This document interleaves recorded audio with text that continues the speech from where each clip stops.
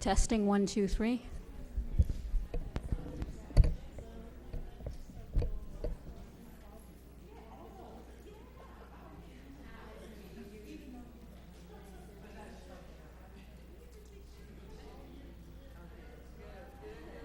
Television lights are coming on.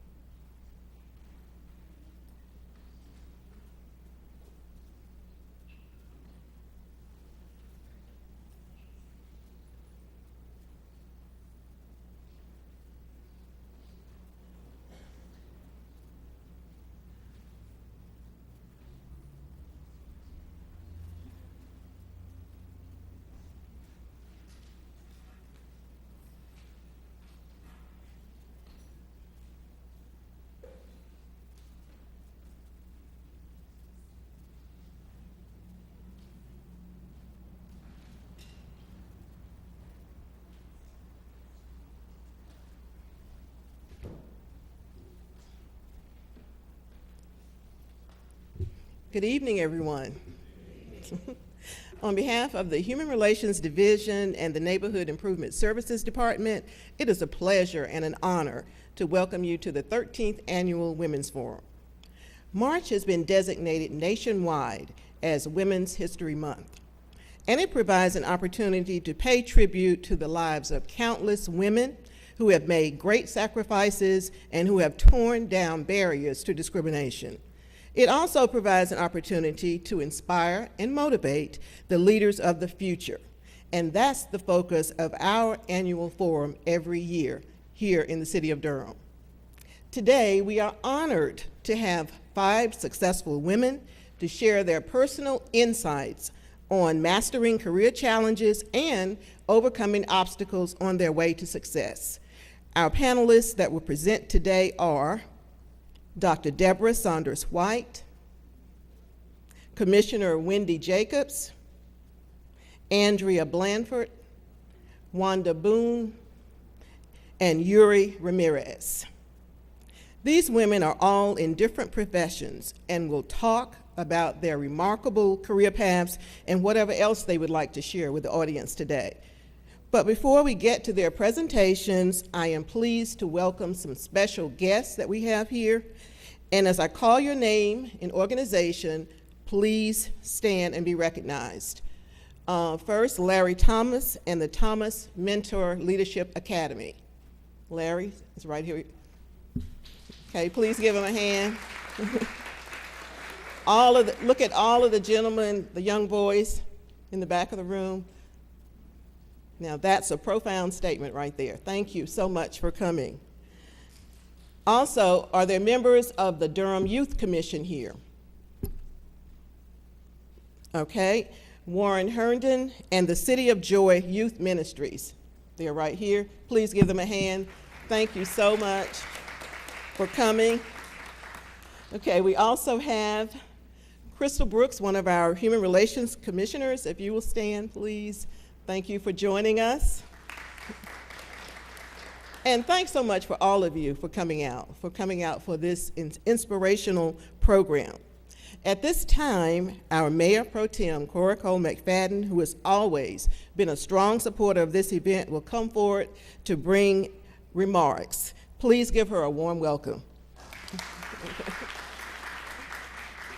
It's very obvious that I am an eagle, so I am dressed appropriately. Eagles, where are you?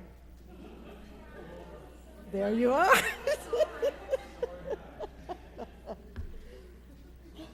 Human Relations staff, other employees of the City of Durham, City Council members or County Commissioners, the Durham community at large, and especially this distinguished panel of awesome women.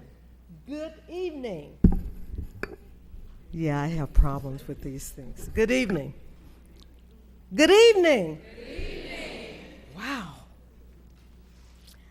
Let me just say I am joined by one of my colleagues, and that's Councilman Eddie Davis. If you would stand, Mr. Davis, let's give him a round of applause.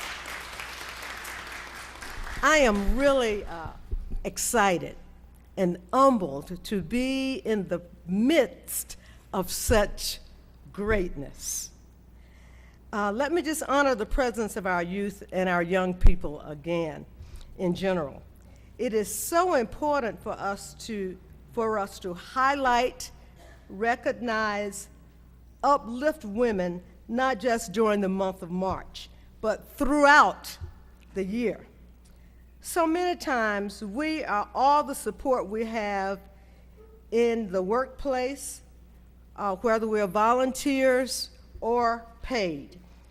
So as women, we have a responsibility to pray for, give a hug to, a smile as often as we can, whatever we can do to make life better for each other. And I don't mean to be discriminating against men, but this is our night. And we need this. For an example, imagine being the first woman to be named permanent chancellor of the greatest university on this earth, North Carolina Central University. I can imagine there are those who have not yet gotten over the shock. I can imagine that there are those who think this is still a man's job, since only men have held this position on a permanent basis in the university's history. Thank God for a new board of trustees. So we must support organizations, companies, and other entities that promote women, because we are intelligent, smart, phenomenal beings. Thank you for agreeing to share with us this evening. You're a blessing to the city, the county, the state, the United States, and the whole wide world. Give yourself a round of applause. Thank you for the sacrifices you make for others and for being the phenomenal women that you are. Thank you, thank you, thank you, thank you, thank you.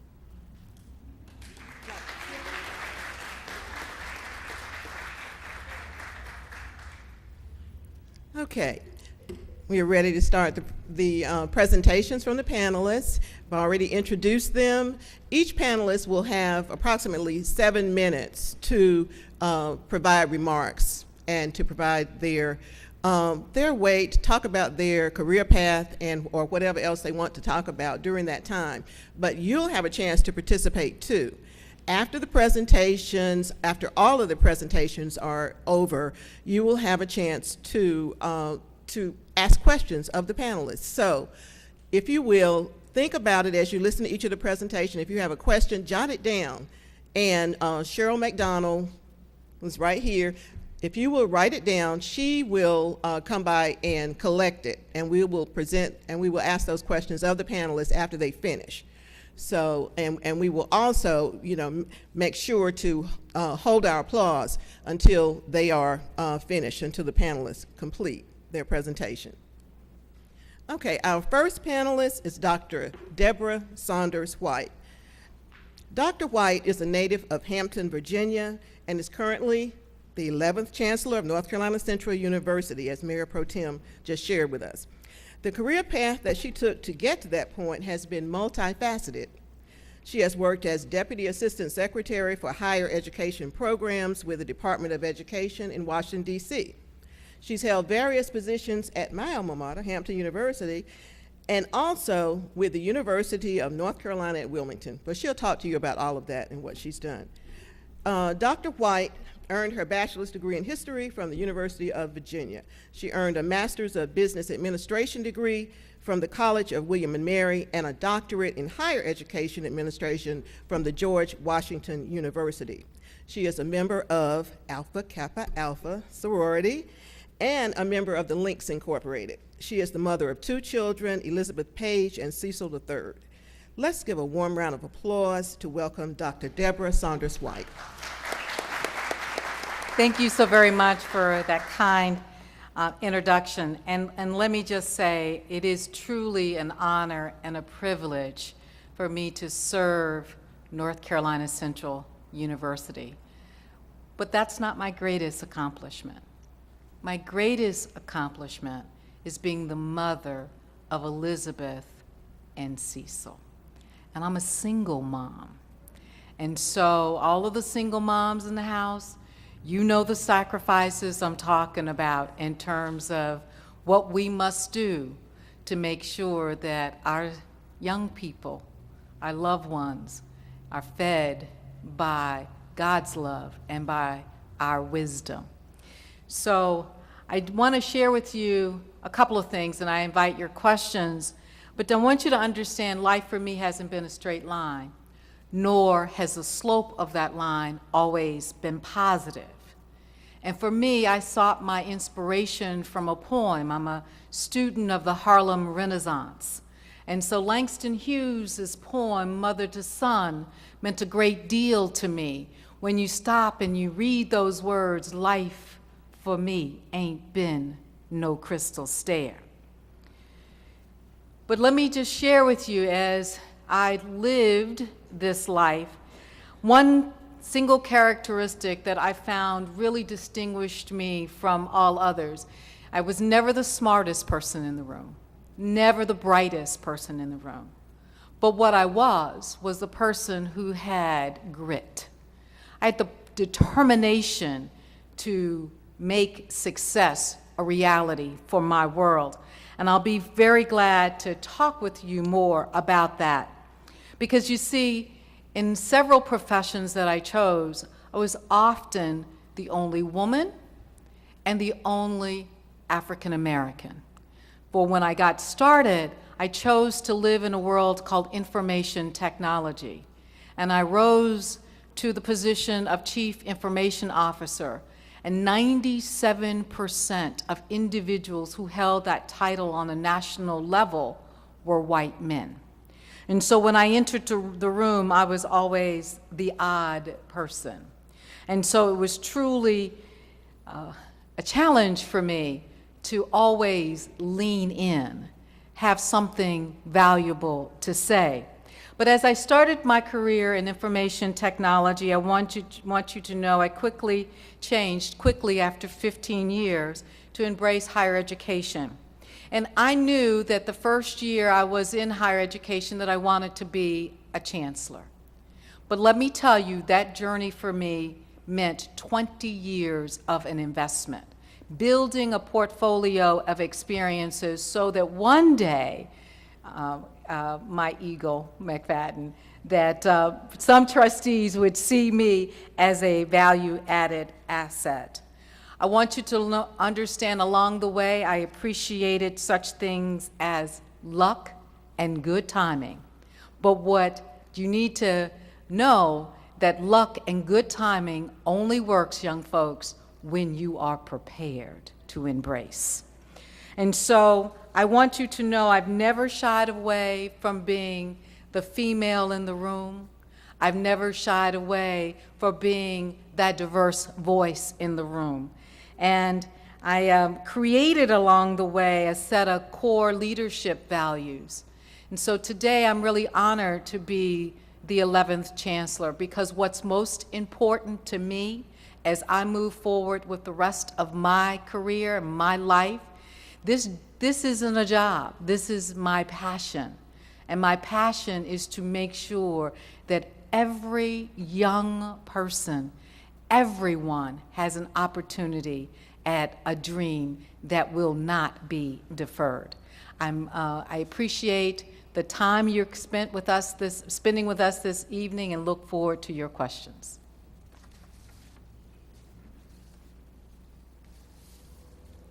Okay, thank you so much for those. And yes, we can give her an applause there. All right, after each presentation, you can certainly provide applause at the end of their presentation. We're going to move forward.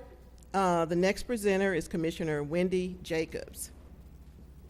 Wendy Jacobs is currently serving her first term of office as a commissioner for Durham County.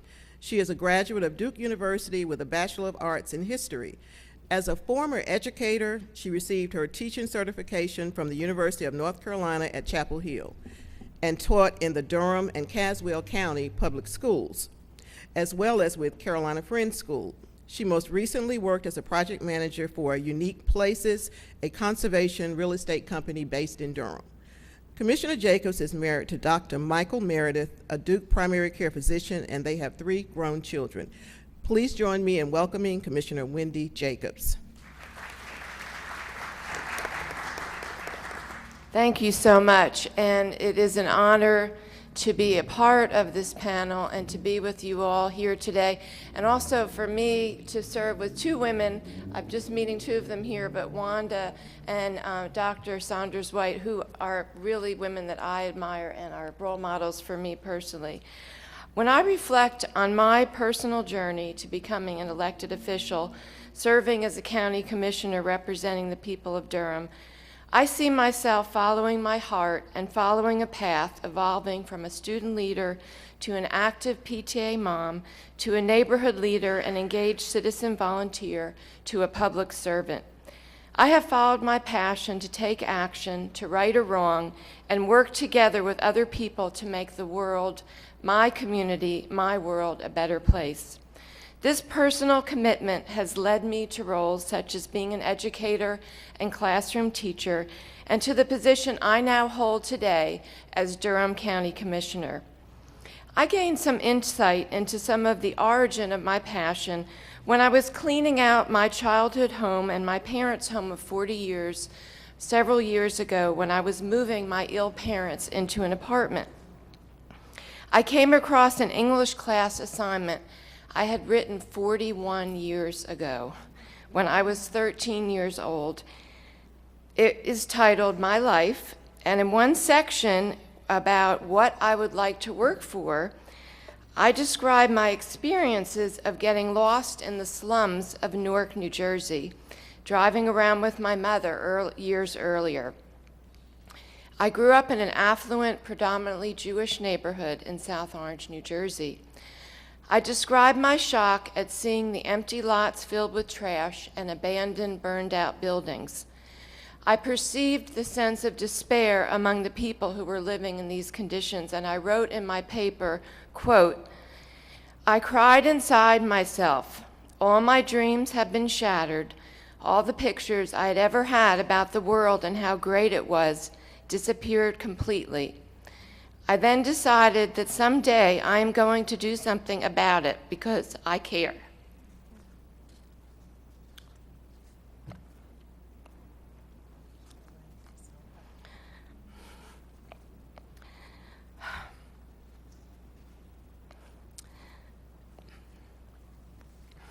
Sorry. My passion for public service was nurtured by the constant love and support of my parents and the mantra of the Jewish tradition, Tikkun Olam, heal the world, and the practice of tzedakah, to give. I grew up in a home where my parents were role models for me. I watched my father as a beloved and well-respected doctor who took care of everyone in my community and treated all with kindness.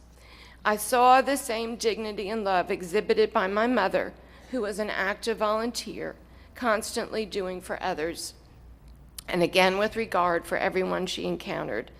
My parents supported everything I wanted to pursue, and when I shared my dreams with them, their response was always to ask, "How can we help make it happen?" When I came to Duke University, I found my voice and realized how powerful I could be. I had a history professor named Larry Goodwin who told me, "You already know everything." These words were shocking to me as a young woman. I realized later that he saw something in me that I had not yet discovered.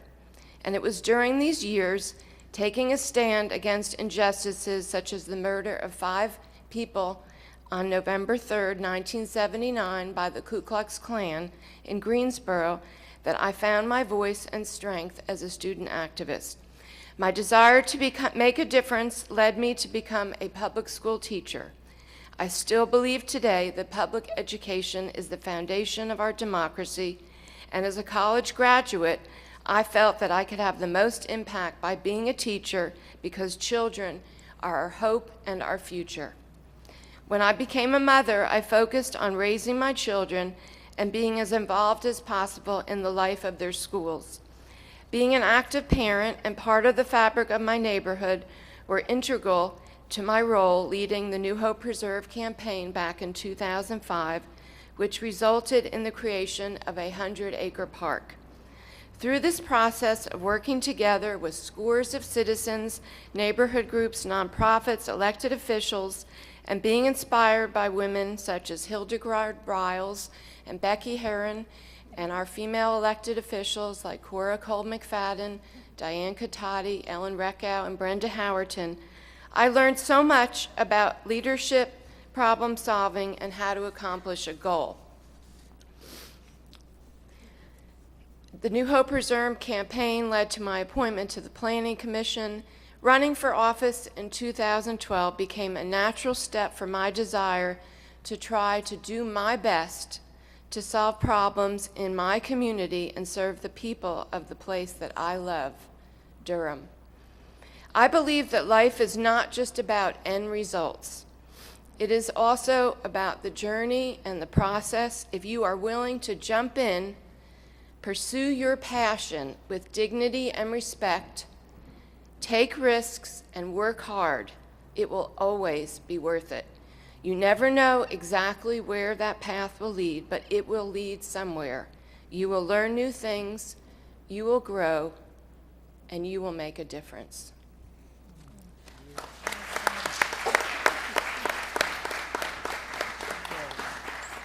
Thank you, Commissioner Jacobs. Our next presenter is Andrea Blanford. Andrea works as a general assignment reporter for ABC 11 Eyewitness News. She moved to Raleigh in June of 2014 after serving for 2 years as the morning anchor at CBS affiliate WNCT in Greenville, North Carolina.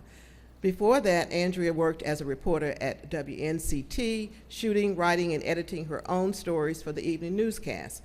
Andrea is a proud Tar Heel, having graduated from the University of North Carolina at Chapel Hill with a degree in journalism and a second major in political science. While at UNC, Andrea worked as an ABC 11 I-Team intern and was a member of the UNC cheerleading team. When she isn't in the newsroom, Andrea is an avid painter. You can usually find her in front of a canvas with paintbrush and palette in hand.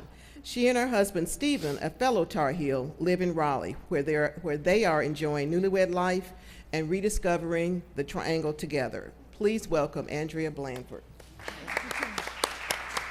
Thank you so much, and thank you for having me as part of the Women's Forum tonight. It is a true honor to be in such great company tonight. Thank you for sharing. I was one of those kids who was growing up and was told she could be anything that she wanted to be when she grew up. Looking back, I know my parents weren't bluffing when they said that, because it was my freshman year at UNC and I called home to tell them, yep, I'm definitely majoring in drama, and when I leave here, I'm moving to New York City and I'm gonna try to make it as an actress on Broadway.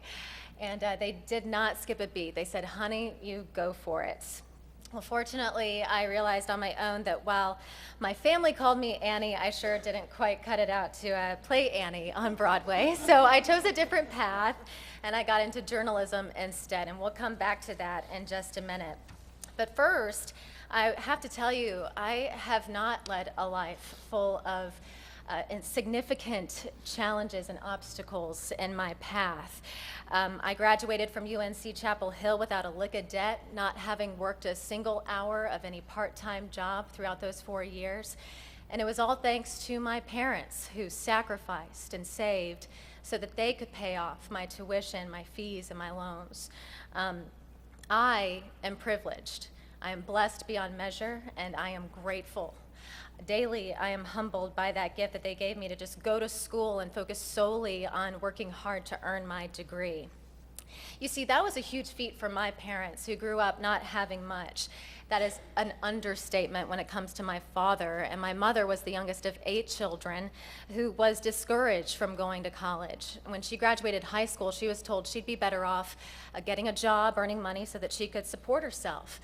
She made it happen, though. She took the midnight shift at the grocery store and so that she could pay for school. But she did drop out after sophomore year. You see, she met Dad, and they got married. And when my sister and I were younger, it was my mother who became the breadwinner for our family. That was all despite the fact that my dad was the one who had the college education. So Mom had gotten into sales, and turns out she was really good at it. She was promoted through the ranks, and her company asked her to move to Massachusetts, so we did. We moved away from Tennessee, the only place we had ever known. And when my parents got there, they decided that her salary would be enough to take care of our family so that Dad could stay home. And that's how he became Mr. Mom for my sister and me. It's a term that sounds outdated today, but in that time, our household structure looked very different from my friends. A wife and mother as breadwinner was not as common as it is today. We moved a few different times coming to North Carolina when I was in my middle school years, and I remember being asked that same question time and again. So what does your dad do? And I would have to correct them and tell them, well, actually, it's my mom's job that moved us here. So I grew up with these reverse gender roles as the norm, and that is what I knew. Women were supposed to be in the business world. They were supposed to have a place at the table, shaking hands and landing deals. And running the household, well, that was no easy task. In fact, it's very difficult and challenging work to be the person who is relied upon to literally be able to do it all. I think it's a job that still needs to get more respect, no matter who is in that role. So that's just some background on my family, the experiences that helped to shape me. And you're probably asking, when did becoming a reporter happen? Well, I was a late bloomer, getting involved in journalism, UNC's journalism school, in my junior year, but I was drawn to it. You see, as someone who has a passion for the arts, I quickly learned that telling stories was extremely artistic, especially when it came to telling stories for television. I was learning how to take video and sound from interviews and juxtaposing all of that with my writing so that I could compose a news story that wasn't only an accurate and important piece of information, but it could also be very compelling given the content. I mean, what a joy it was for me to be there and finding something that I love to do and then find out, hey, I could get paid for this. You know, I mean, I took it and I ran with it, and I am still honing my craft today, and I don't take it easy on myself. As a news reporter, I think of my job as a public service. We are giving you information about your community, the decisions that are being made, and I know that that is a task you have entrusted to us. Being a woman in this line of work is not only possible, but it is extremely common thanks to the pioneering women who went before us, blazing that path so that me, and all of my talented colleagues, my female colleagues, could not just belong in this profession, but thrive in it. You know, a healthy dose of rejection comes with this career, it does. It's just par for the course. I've been rejected from jobs I've applied for, from a promotion that I truly believed I had earned. I'm rejected daily from interview requests. And then there's the internet, of course. You know, people can be so very supportive online, but they can also take to social media and email to directly chip away at your spirit. Still, I don't consider those things the major challenges for me. I find that my challenges come from within. I find it easy to wallow in my mistakes and pick apart the choices I make. I don't believe these are issues unique to women, but I do believe that as a woman, I put undue pressure on myself to try to achieve perfection in every way. It's an urge I work constantly to resist, and I've been working on this over the years, just to accept my flaws and then try to grow from them where I can. I want to share something with you real quick, if I could, about something that happened when I was the morning and noon anchor in Greenville, North Carolina, not too long ago. It was a Friday, and it was the noon newscast that we were getting ready for just minutes before we went on the air, and we found out that a man had been shot in a parking lot not too far from our station. We went on the air not knowing many of the details, but we quickly learned that a gunman was on the loose at that time, opening fire and taking aim on people in the Walmart parking lot as they were just trying to walk to their cars. It was truly terrifying, and this went on for 2 hours. He injured several of those people. We had reporters on the scene, the roads were shut down, and we were starting to hear from some of those people, the ones who had run away, who had seen him, who had ducked behind their cars to try to avoid the bullets. Again, terrifying. This was a Walmart that I had shopped at after work most afternoons, and it was just down the road. Well, finally, police had caught him. They took him into custody, and there was no longer an immediate threat, so that after 2 hours of continuous coverage, we decided to go off the air. Well, I remember sitting there with my hands limp on the anchor desk, knowing that finally we were in a commercial break, and I just started to cry. And I remember trying to pull it together as our producers came walking into the studio, and I thought to myself in that moment, you silly girl, don't cry, you just anchored breaking news, don't cry. But you know, looking back on that, it was a human moment. It was not a female moment. I was connecting with the reality and the gravity of it all, and that doesn't make me any less of a professional or any less of a reporter. I know I need to wrap it up, so I want to leave you with this. I think that if we could just go to work every day, wherever that may be, and see our colleagues or those that we interact with as human, first and foremost, before we look at any of those qualifiers, gender, race, background. And I think if we do that, we could learn so much more from each other and ourselves. We could see our own strengths and flaws, whatever they may be. We could reflect on those and move on and feel confident enough to pivot away from ourselves and look outward so that we can celebrate those around us for who they are and really grasp the true gravity and the impact that we can have on one another's lives. Thank you.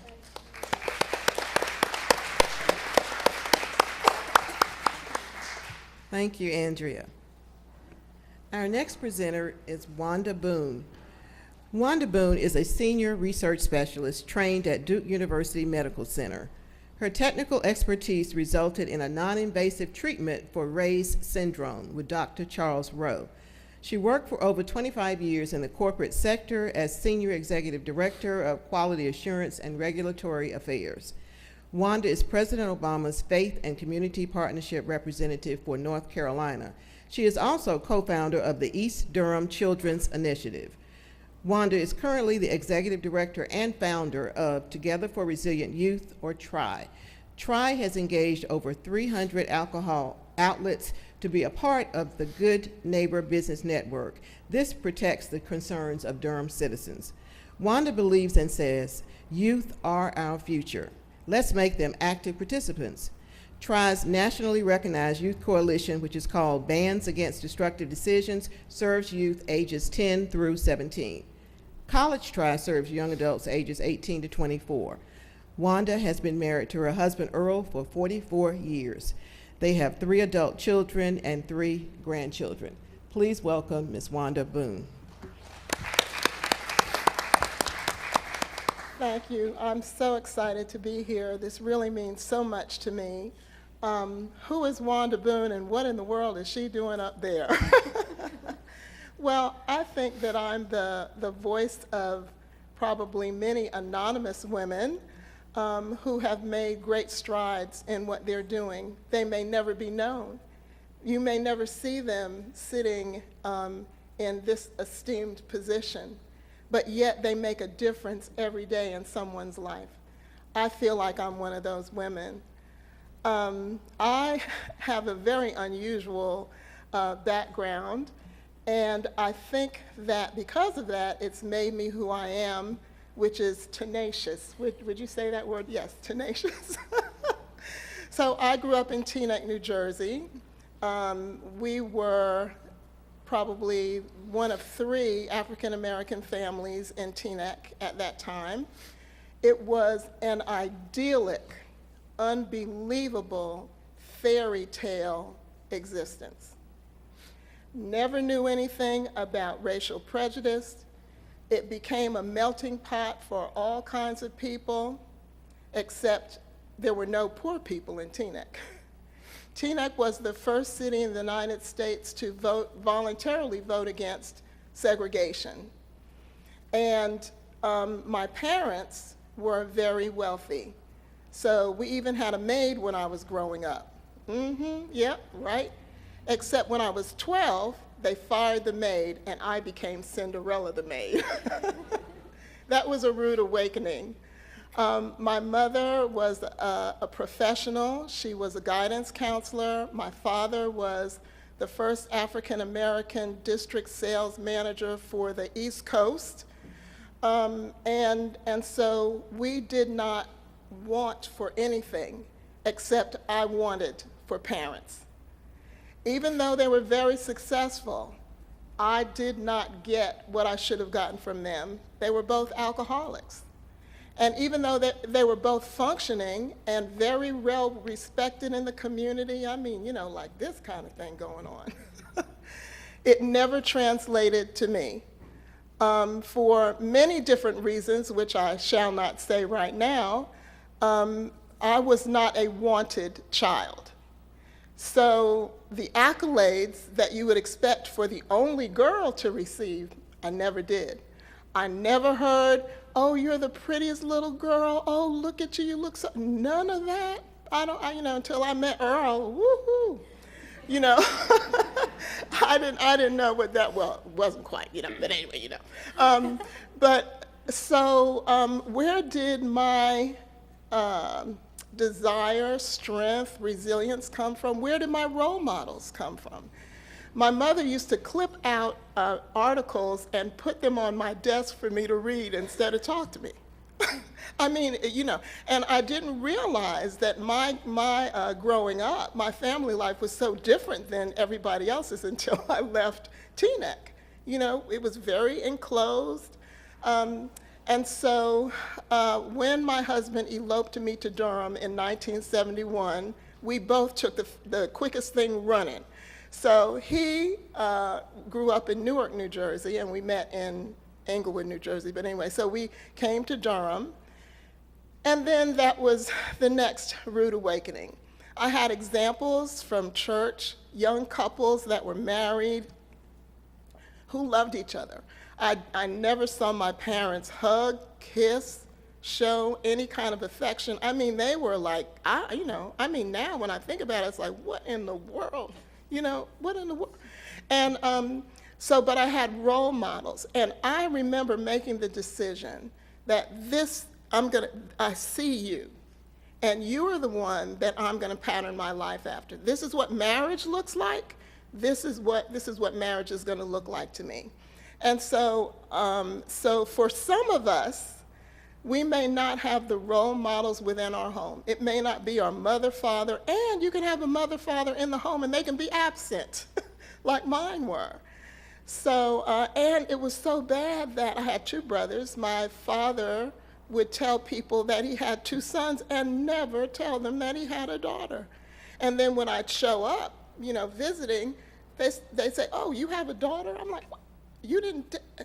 But by then I had become desensitized to the whole thing. So I created my own world. I was going to have a happy life, and even today, I have a happy life.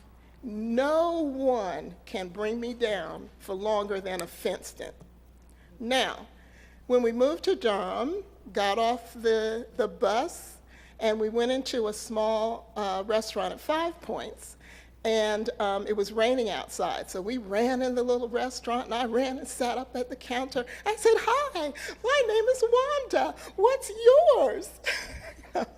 And the poor lady, everybody went outside, and the lady said, "You're not from around here, are you?" I said, "No, we're just here from New Jersey. We're going to get married." So I said to Earl, "Why did everybody leave?" And he said, "Because they don't want to be in here with us." Okay, welcome to Durham. And now we had experience of visiting my grandparents in South Carolina, but the strange thing was that when we went downtown and tried to go into a clothing store, my aunt would pull me back from the door. And I wanted to go in that store, so I'm yanking on the door, and she's pulling me back, and I'm yanking on the door, and she's pulling me back. And she said, "We're not going to go in there today." But she did not say, "We're not going in there because you're not allowed," right? So I still maintained in my mind the world that I created. So because of my resilience, I was the first African American to work outside of the kitchen at an establishment in Durham. And what happened was I was able to bring people together so that people that worked in the kitchen and people that worked in administration where I worked, African Americans, I was able to bring everybody together, ooh, and say, ooh, twice, and say, we can all get along, that it doesn't, and they'd say to me, "Well, you're not black." And I'd say, "Oh, yes, I am, And in closing, I will say, the struggle has not ended. I hear, even today, if only you were a man. Yes, if only you were white. If only, if only, if only. So I refuse to accept the if-onlys. I am going as far as I could go in the little world, the little piece of a world that I have to make a difference in, and I just want you to be encouraged to do the same. Thank you.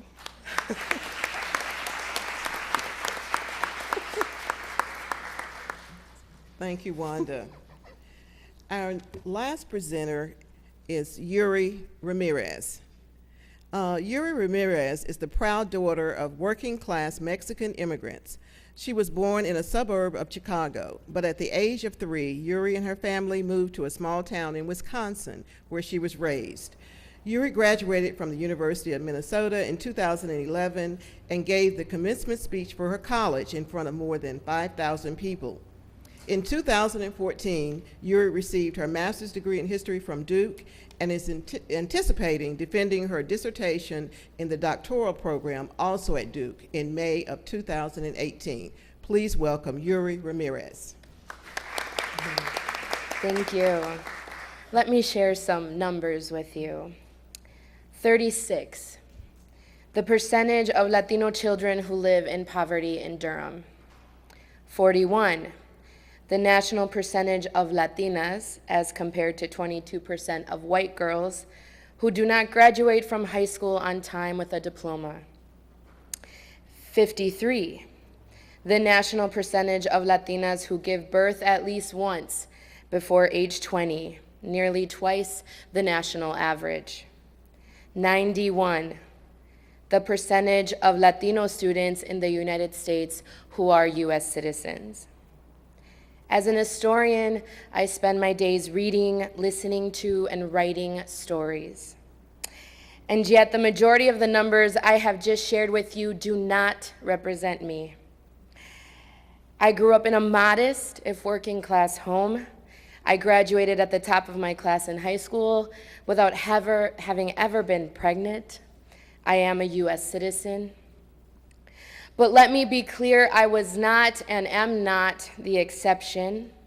I will not sit here and espouse a story of adversity and triumph. I will not tell you I am the voice of a generation or of other women like me. In fact, while I am empathetic to the trials and tribulations these young women face, I will never know firsthand what their quotidian struggles are. I had the luxury of being born in this country. I lived in a community with white picket fences and friendly dogs, where children roam free and houses and cars remained unlocked. And though we were the only brown smudge in a sea of whiteness, my parents protected my brother and I from most instances of racism and discrimination. I had the privilege of growing up in a middle-class white town in Wisconsin, a state that at that time, before Governor Scott Walker, had some of the best K-12 schools in the country. I had access to teachers, to computers, to books, to a safe learning environment, and to a warm meal every day. I was tracked since 4th grade into upper-level classes, either because my obsession to be the best led to sustained intellectual curiosity, or because my gregariousness and sociability led teachers to see me as a distraction. That led me to attend and then graduate from a high school where college was an expectation, not a dream. I was able to privilege from a system and an institution that never was made for me or my interests, to be sure, but yet was still available to me because of where I lived. So what of my brothers and sisters? In a study conducted by the National Women's Law Center and the Mexican American Legal Defense and Education Fund, investigators found that for a variety of reasons, Latino children are less likely than their African American and white peers to participate in early childhood education programs. As a result, Latino students often enter 1st grade with reading levels lower than those of their white peers. Moreover, these achievement gaps are durable. Where students are grouped according to performance, Latino students may be tracked in lower levels throughout primary and into secondary school. The schools Latino children attend are more crowded, have higher teacher turnover, and tend to have teachers with less experience. These schools' limited resources may restrict access to rigorous academic programs or after-school enrichment activities. Possibly because of the precarious economic situation in which Latino parents often find themselves, Latino children, and particularly from migrant worker families, are more likely than children of other racial and ethnic backgrounds to move and change schools, which can have a negative effect on achievement and has been correlated with higher dropout rates among Latino students. As in Durham, Latino students are more likely to live in low-income communities that lack important resources, such as playgrounds, parks, and after-school programs. Those Latino students who were born outside of the United States have a higher risk of dropping out than their native-born peers. Even those Latino students who are second and third generation drop out at higher rates than white students, demonstrating that immigration status alone does not necessarily explain the barriers faced. Indeed, though many Latino students do not face problems related to their own immigration status, an estimated 3 million of those who were born in the United States have parents who are undocumented. Children who are undocumented or who live in mixed status families face a great deal of emotional stress, which takes a toll on their education, and they may also encounter financial or legal barriers to pursuing higher education. So who do I look like to you? Do I look like a woman pursuing her Ph.D. at Duke University, one of our great nation's finest institutions for higher learning? Do I look like I have a master's degree? Do you think that by showing my Duke University ID, people will believe I attend the school?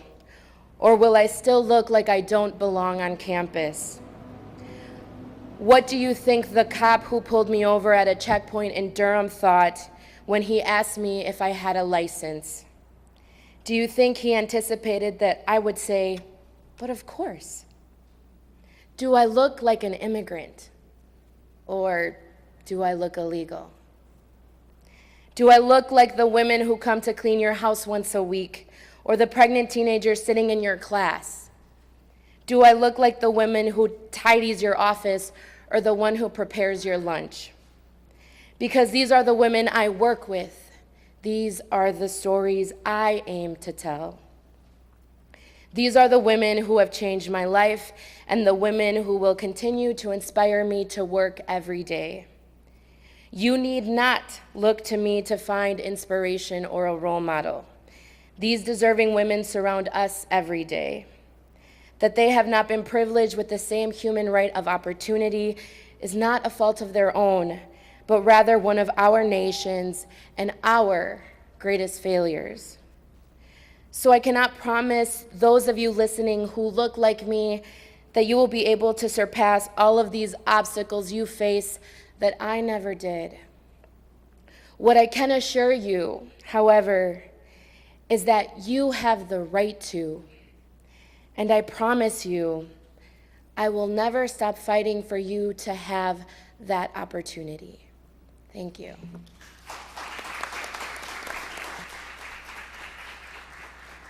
Okay, now let's have applause for all of the wonderful panelists. So motivating, inspirational, and now we come to the very best part, and that's your chance to ask questions of the panelists.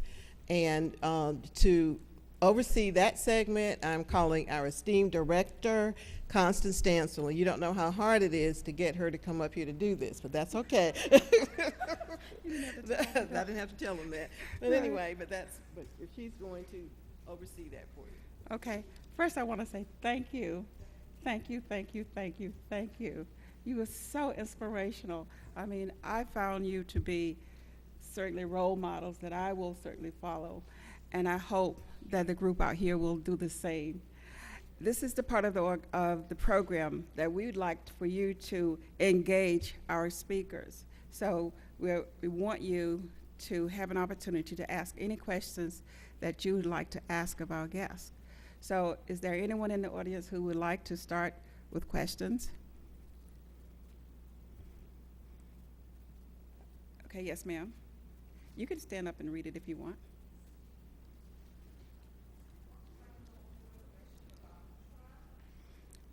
Okay, Ms. Boone.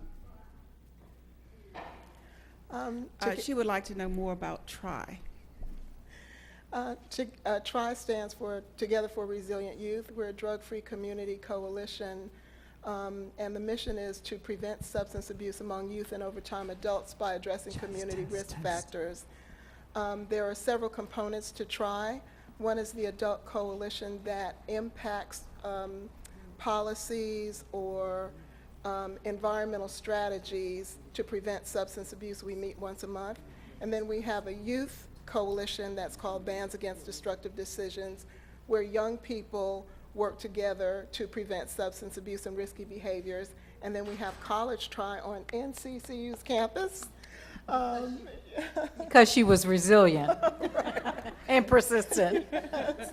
And there are 2 members back there. And so our purpose is to look at at-risk communities, identify that people make choices based on the choices that they have, and very quickly that substance abuse, chronic illness, and crime run together. And it's not because of the people, it's because of the built environment. So we do what we can to address the built environment, and then law enforcement and government takes care of the rest. Okay. Delilah, did you have a question that someone gave you? Okay. What advice would you give the young men in the program Thomas Mentor Leadership Academy who are also being raised by a single parent? What advice would you give them for their career path and future? And that's for anyone. Yeah.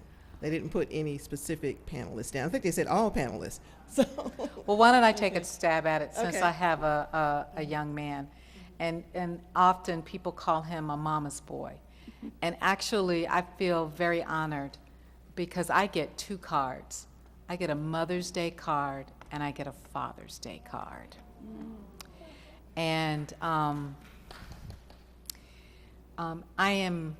I feel very honored to be thought of by my children like that. But for my son, there are certain conversations you would think you could only have with a male. And I have to tell you, I've had every one of those conversations with my son. And that is because I took time with him. So I encourage you to just listen, take time with your mother, give her an opportunity to be a part of your life, ask the most challenging things that you want to ask, whether it be about what's going on at school. You know, what I always tell my parents, particularly at NCCU, is whenever you say, well, how are things going? You get an answer back that says, fine. How are your grades? Good. What happened today? Nothing.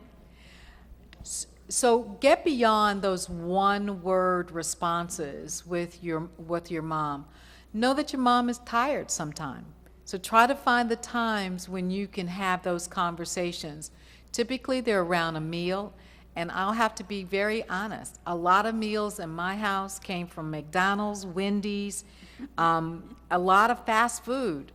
I'm not proud to say that, but what I am proud to say is we sat down together and consumed a meal. We thanked God together, and so I'm very, very blessed that my son, well, if I could tell you some of the conversations we have, because I've done it, and I said, oh my God, can you have that conversation with somebody else? And when he responds, no, I can't, I swallow hard and I listen. I listen to what's going on with him in the streets, because it wasn't always cool to be a smart black boy in his school. It wasn't always cool to go to a safe place on Saturday night. So I can tell you, I laid awake many Saturday nights waiting for him to come home. And I can tell you, as a mom, I went to a lot of events. I went to my son is 5'5", and he played basketball. So you know about how much basketball he truly played, right? But I went to every one of those events. So I just say, trust your mom, trust the conversation, and trust sometimes that she's going to be tired, but keep asking her, and trust her enough to get beyond the one-sentence word. The last thing I'm going to say about young men, and let me just share this with you. When my little boy was little, he ran into everything. He was that rambunctious kid that everybody thought was going to be on the other side of midnight. You know that kid that you see at 5 and 6 years old? So here I am coming in church with my son. He's walking down the aisle, and somehow he got behind me.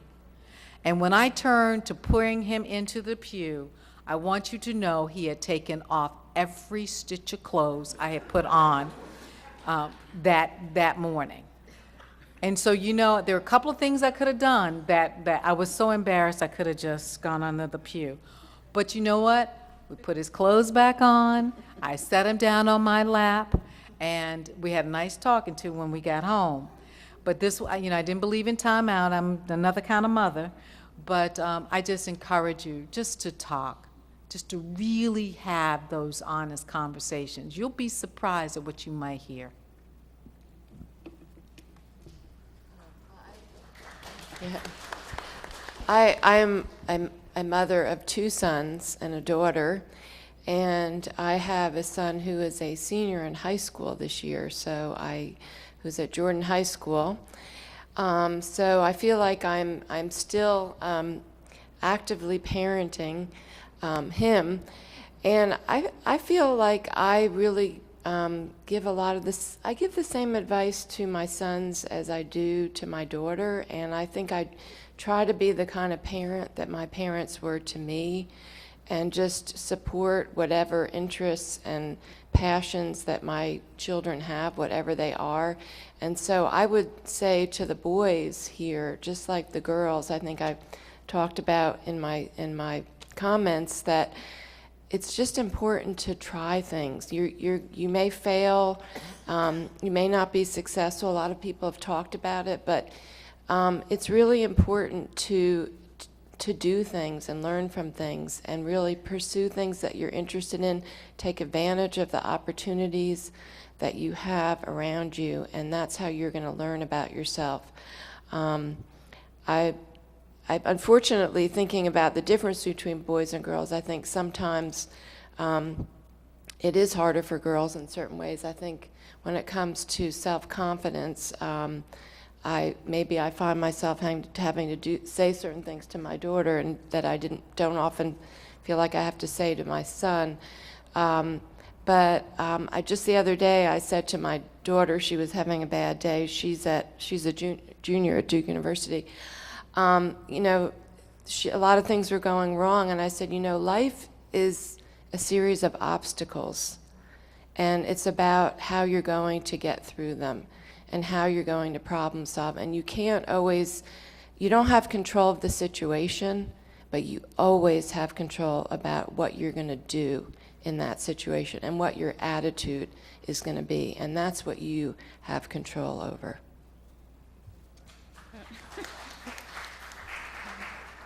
So we have, our oldest is our daughter, and then we have 2 sons. And they're grown and pretty much gone. I think very briefly what I would say is that for young men, make sure that you put yourself in situations where you are not comfortable, where you don't feel comfortable, where people are not like you, so that you can let yourself shine. Allow yourself to come to the table and be just as important as everybody else at the table. And that's the advice that we gave all of our children.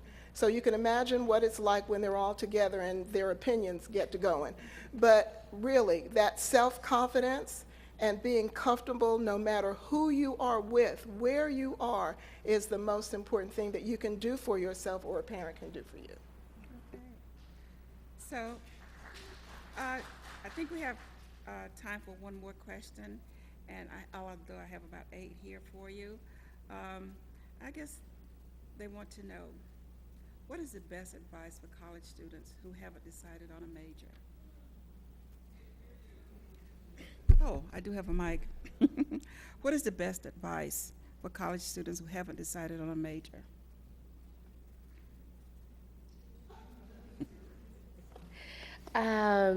Thank you for your question.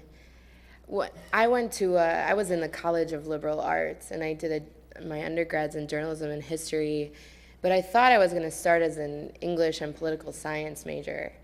And I was always the type of young lady who was very determined and stubborn from the get-go that I would do something and I would do it, right? That I would say I would do it and I'd do it. But I think the best thing that I did when I was in college was that I took all sorts of classes to get to know myself. Took classes in anthropology, dance, which made me uncomfortable. I took classes in African American studies and Chicano studies, history, right? And I realized what it was that I wanted to do with my life, right? And I think that once I realized who I wanted to be and what I wanted to do, that really gave way to choosing a career choice. Certainly, you didn't have to declare a major until your junior year, so you should really take advantage of those first 2 years to nurture those interests and to figure out who you are. Okay, great. The next question, who is the, oh, the young lady has a question, okay. She has a mic also. Hello, everybody. My name is T.R.Y, and I'm from, I'm the program coordinator for Stick and Stay Prevention. Can you hear me? Okay. So I am the program coordinator for Stick and Stay Preventions Incorporated, where my mom is the founder. Her name's Sandra Lassiter. Basically, our question is, what advice do you all have for nonprofit workers in East Durham who seek to train youth on succeeding in education? And that's for everyone.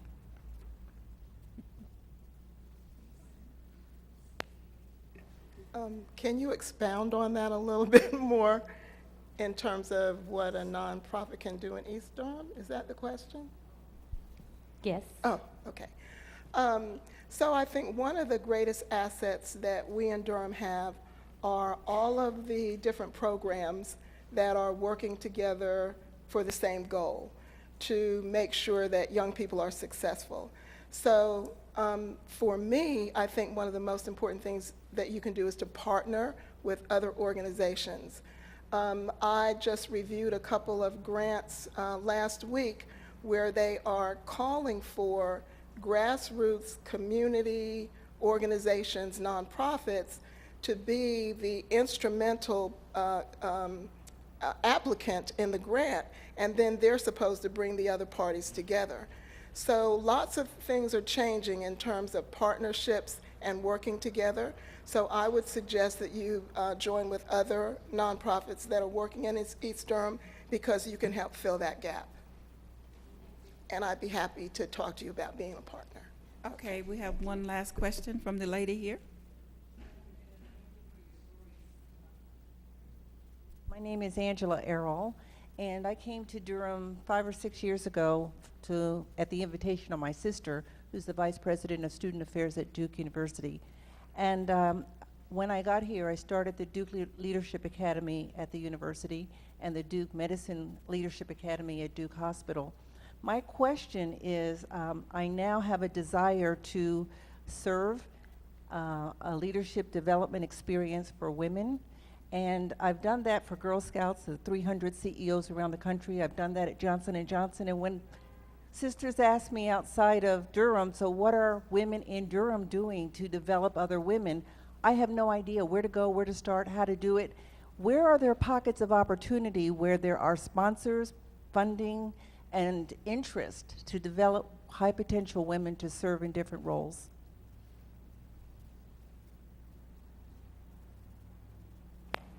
I think that's a very good question. We have a Durham Women's Commission.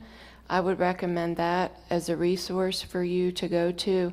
But I think you're right. There's a lot of focus right now on males and disconnected youth, which is a tremendous need in our community. But I really offhand do not know of organizations that are really specifically focused on women and young girls. I think there are some groups like there's a running group that's focused on girls. Of course, Girl Scouts. I'm trying to think of things that I did with my daughter, but which was Girl Scouts. But I don't know, and I don't know if the Chancellor has any recommendations. Well, I'm still relatively new to Durham as well, but let me just share that at North Carolina Central University, we created the very first women's center on any HBCU campus. And I don't know if we still can say we are the only, but we were the first. And it's dedicated to empowering our young women. We are going to be hosting this weekend a summit. You know, it's amazing to me when we have, we've had several of them on our campus. I've attended about 3 or 4 of them, where we bring our young women in at 8 o'clock on a Saturday morning, which, you know, for a college student is pretty remarkable to get a crowd out at that hour. But they come out, and a lot of the work that's going on, is in the sphere of leadership, where our faculty are engaging directly with our students. We are starting to expand a bit, but I think that you've hit on something that is a wonderful opportunity for us in Durham, and I think very consistent with the mission of our institution. So I'd love to talk about how we can partner, that's a favorite word, but how we can really indeed partner to make sure that we are providing every opportunity for our young women to succeed. And I'll just add as another possible partner, the Women's Studies program at Duke, also the Women's Center. But I don't know how much reaching back into the youth in our community is taking place, and that would be great. There, and this will be real quick, there are actually over, well, maybe about 10 or 11 organizations that have dedicated programs for girls. And but they don't reach down to age 10, so they're mostly older teenagers. And so we actually do have a young girls spin-off, Living in Future Tense, Marvelous and Extraordinary, where we're bringing all those partners together so that we can see who has what skills that we can bring forward. So I'd like to talk to you too. Okay, thank you so much for your questions. And again, let's have another hand for our panelists as we close out.